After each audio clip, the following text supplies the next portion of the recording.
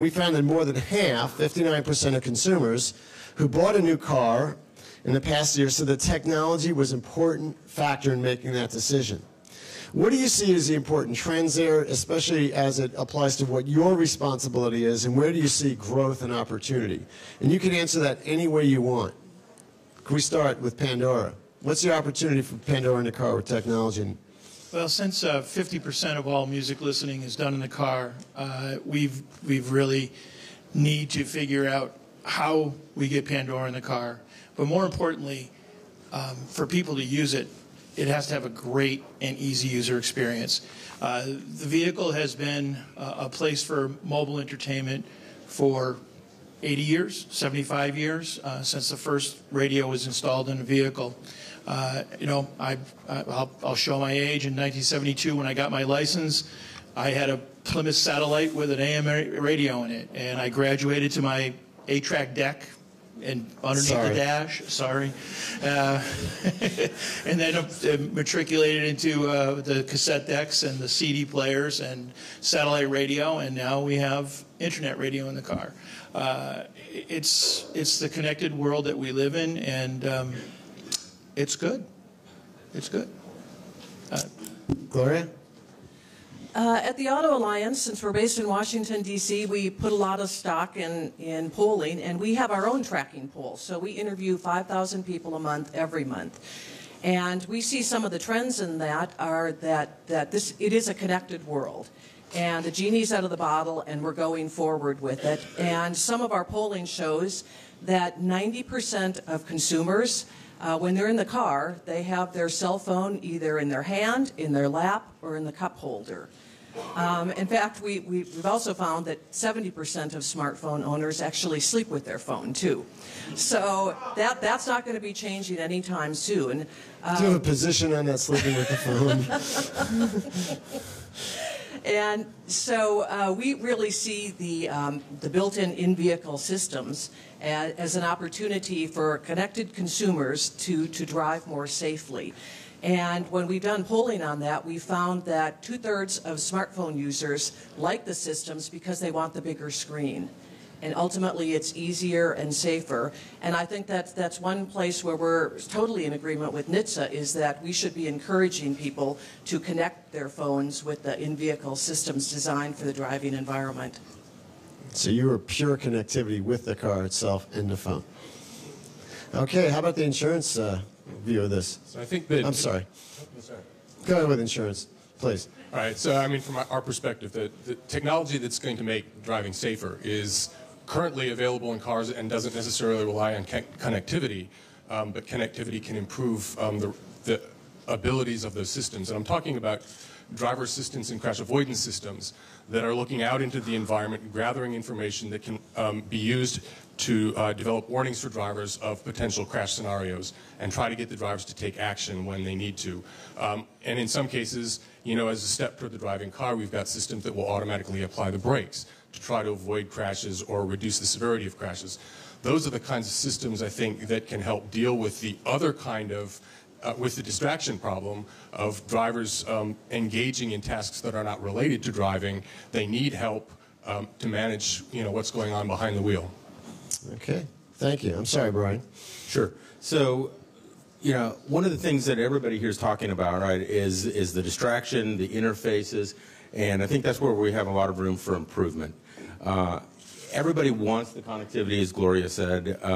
You know, George mentioned that everybody wants to listen to music, and internet radio is their new paradigm. But it's accessing this information that is key, and to do it in such a way that's non-distracting to the driver or minimizes the distraction, takes the mobile phone out of their hand and gives them a better optimized in-vehicle experience, I think, is what's key. You know, from Nuance, of course, we build voice interfaces, but we're very much interested in what's the other interfaces that enable basically the driver to keep their eyes on the road, hands on the wheel, do this in a safe manner. And in order to make that happen, this whole industry needs to come together and manage and basically build information management systems, right? Present information to the driver when it's safe to do so, right? So Don't tell me that I've got a prescription to pick up at the CVS that's coming up on my left when I'm driving down the highway at 55 miles an hour. I'll get that when I exit the ramp or whatever, and I'm in a safer environment. So there's a lot of information that we all have collectively as an industry, but we're not leveraging that to build user interfaces for the automotive space that are really optimized for that space.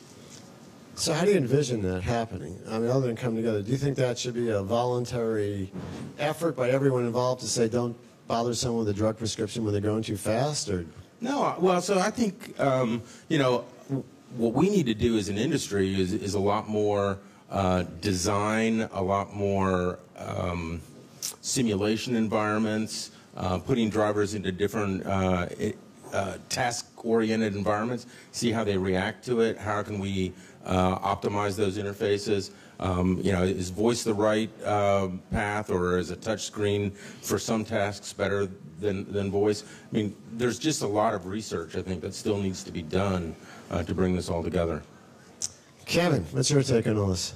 So when I'm driving home, I plug my iPhone up and I call my wife and ask her if I need to pick up the prescription at CVS on the way home, and whether I should get orange juice or milk, and I do it on the hands-free car phone, through my iPhone. So I want to be connected when I'm driving. I'm not going to hold it in my hand because we know it's distracting to be driving that way. There's ways to handle connection that y'all want to do, and we want to see it done. Everything that everybody's saying here on the panel is what we want to hear. We like to see the industry voluntarily looking at the distractive impacts of the technologies and reducing those in a way so that people can be connected safely. Because again, I want to be connected, and when I'm driving home, I want to be able to do all these things, but do it in a safe way. I was reading the Auto Alliance letter from your organization to your organization, and there's a tremendous amount of research that was presented by the Auto Alliance saying that people want to bring their devices into the car. And there's a multitude of devices, and they keep almost logarithmically growing, and there's different apps and things like that. What about that? We think it's fine to bring devices into the car if those devices can interface in a way that's not going to, create more distraction.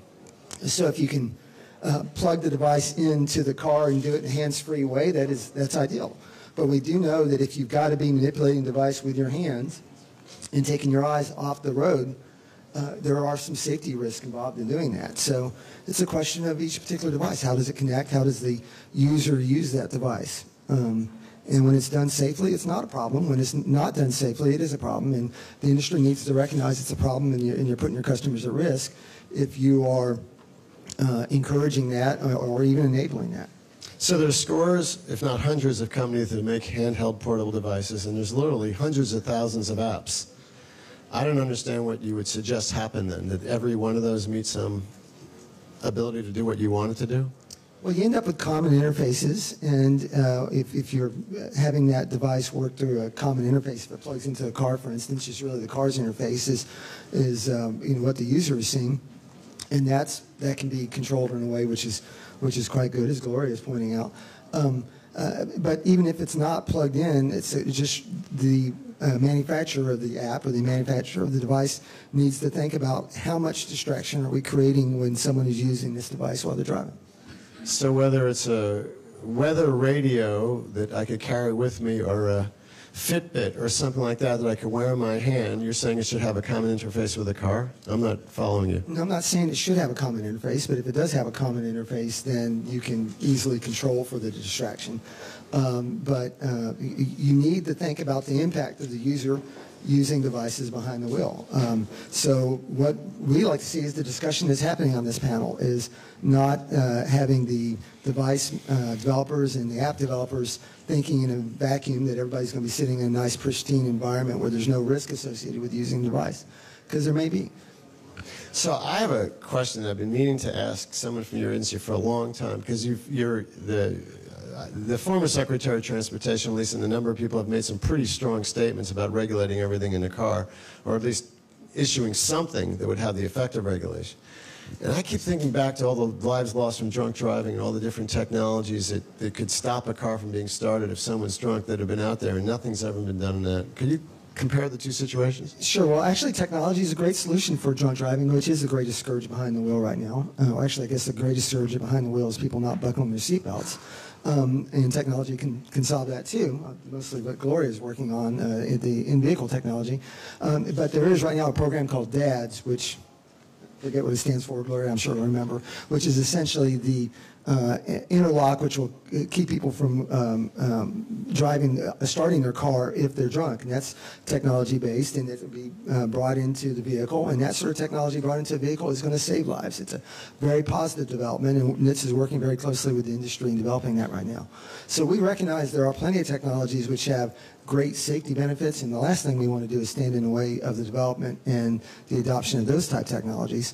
But again, we think safety is something that everybody should be thinking about as they develop the technologies.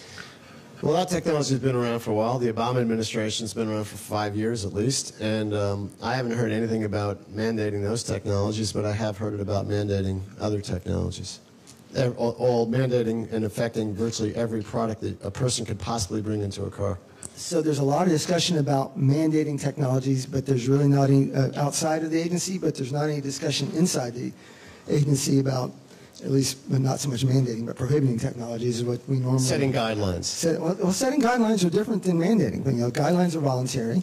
The industry is long, the auto industry has long had guidelines, and we think our Phase 1 guidelines really is an update to the older guidelines that the industry had. We're not completely on the same page with the industry, but I think in general there's a lot of recognition that NHTSA had more data, and we, based upon updated data, issued the Phase 1 guidelines. And there's general agreement with the auto industry about the utility and the value of the Phase 1 guidelines that we did. The question is about moving to Phase 2, which will be guidelines for the handhelds and for any devices brought into the vehicle. And we recognize right now that you can encourage the in-vehicle technologies and discourage the distracting in-vehicle technologies all you want, but if people can bring something distracting into the vehicle in lieu of what's the in-vehicle technology, you could have a worse problem. So that's why we think there's a need to, working with your industry, develop Phase 2 guidelines that will talk about what is the safe way that we recommend to reduce the distraction load. Anybody want to jump in and respond? So back on the alcohol detection and alcohol interlocks, you know, the technology exists today that you could add to a vehicle, require a breath sample from every driver, and only start the vehicle if the driver is below a prescribed limit. That technology is currently used as reprimand for those people who are caught drunk driving. But it's very intrusive. I mean, how many people here would want to have to blow into a tube every time they started their car to drive to the corner grocery store? Or you could punch in a code or answer a math question. There are other alternatives. That's just one. What the DADS project is trying to do is to develop a less invasive technology that would be able to detect the presence of alcohol in the driver's breath or blood without the driver having to take actions, and do it quickly enough that it would seem seamless to the non-drunk person. You know, one of the things that some people in this room may not have remembered is that, you know, we had technology to require people to wear their seatbelts. And there was such backlash against the seatbelt interlock, ignition interlock, that National Highway Traffic Safety Administration, until very recently, was prohibited from even thinking about writing a rule requiring that kind of technology going forward. Now, technology is a lot better today, and there are a lot more people wearing seatbelts today. Maybe that technology's got some potential, and there are automakers that are working on that technology. But you know, one of the things that you have to be careful with in mandating certain technologies that affect the way people use their cars is that it can create a backlash that can end up in political forbiddance of bringing technology into the cars. That's a good point. Any other comments or reactions? You really don't want to say anything about this, do you? Well, I mean, the thing that we look at from an entertainment standpoint is you've got to make the system as simple and easy as possible. It's got to be as close to AM, FM radio, what everybody's been using in technology for dozens of years, 75 years, 80 years. And if you don't make that as simple as possible, for one thing, people won't use it. And they'll continue to maybe just stream over Bluetooth. They're using their accessory port, and they're still using their smartphone in their car, which we don't want. Hands on the wheels, eyes on the road. That's been our motto since day one. But it takes a while. It is a very, very complicated system. These systems that they're putting in cars, they're extremely complicated. We have some of the best and brightest engineers in the automotive industry working on them, and they're very complex, how to get connectivity in the car and how to get apps in the car. And so it's not going to happen overnight. And we're, as Doug said in the first session, this is baby steps. We're in the infancy. The systems that are out there right now are nowhere near where they should be, and nowhere near where they're going to be in the near future. I think we work very closely with. I'm very fortunate working with most of the OEMs out there, and they're spending tremendous amount of dollars